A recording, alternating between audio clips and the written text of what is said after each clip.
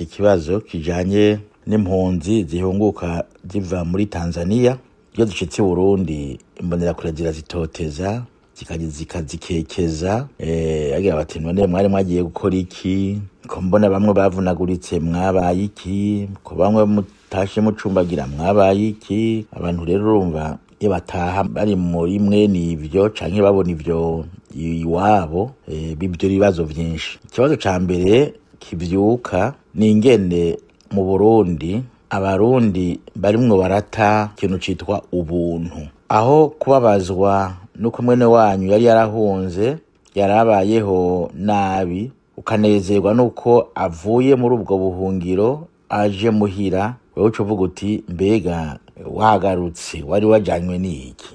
Isano riba riri hagati y'ubwo buzima bariko barabamwe muri Tanzania ni imbonerakure.